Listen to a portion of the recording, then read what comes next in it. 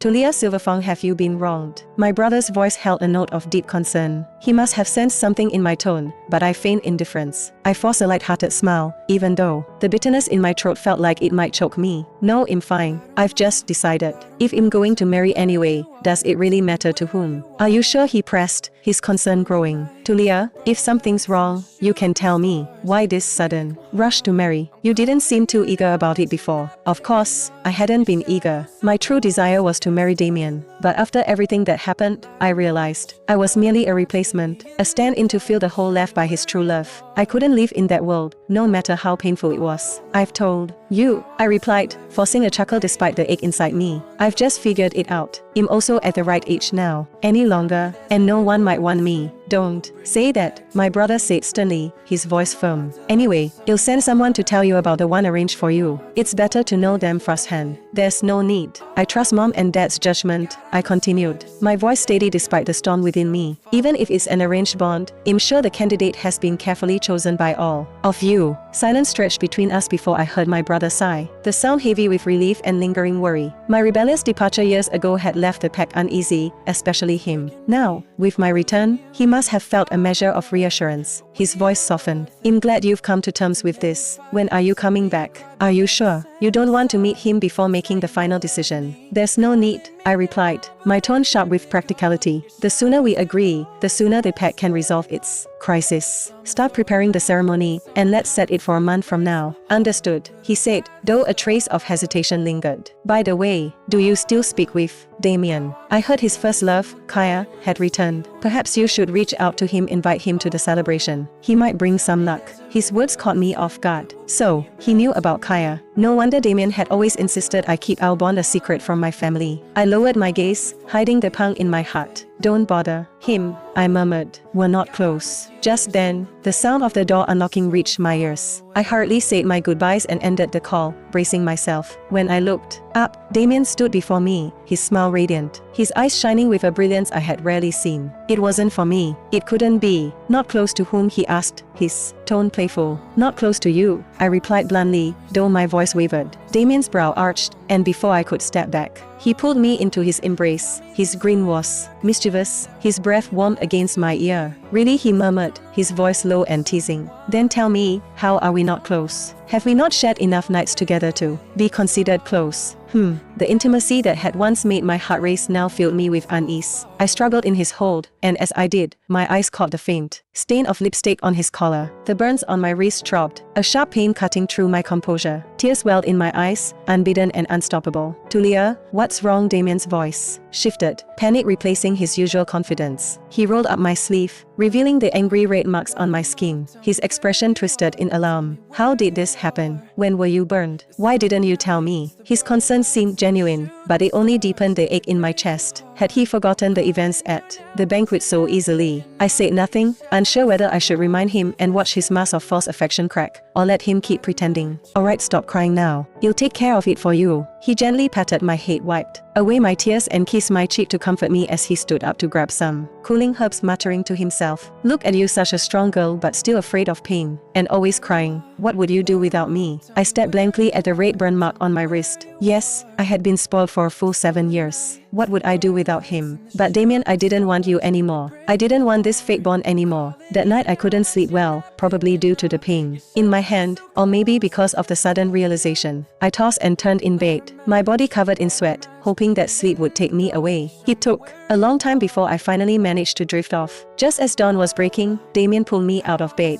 I grumbled, trying to push him away, but he just chuckled and leaned in to kiss me. Instantly, all my sleepiness vanished. I almost slapped him, but barely managed to hold myself back. Luckily, it was just a quick kiss. Awake yet my sleepy mooncakes. I turned away, wiping my mouth in disgust. It's the weekend. Why can't you let me sleep in? I grumbled, feeling the exhaustion weighing on me. Damien looked at me helplessly. Did you know you had a fever last night? Get up. I'm taking you to the healer. I stared at him, wondering if this was just him acting the part of someone caring for another, or if it was me he was really thinking of. His face was full of concern, but it seemed like those eyes weren't seeing me at all. Although I felt mostly fine, I couldn't argue with him, so I reluctantly got up. In the healer's corridor, we unexpectedly ran into Kaya. She seemed to have hurt her foot and was struggling to hop along the hallway on her own. Damien, who had been such gentle moments before, instantly frowned. Forgetting I was beside him, he rushed over to Kaya, holding her with concern. What happened? Kaya smiled at him, glancing past him toward me. It's just a sprained ankle. What a coincidence. You two are here for a checkup too. Damien's expression froze. He glanced back at me, his eyes shifting. I could see a hint of guilt, something I had noticed before but ignored. Now, it was more obvious, especially in front of Kaya. Yeah, my little sister here had a fever, so I brought her in for a checkup. I wasn't disappointed.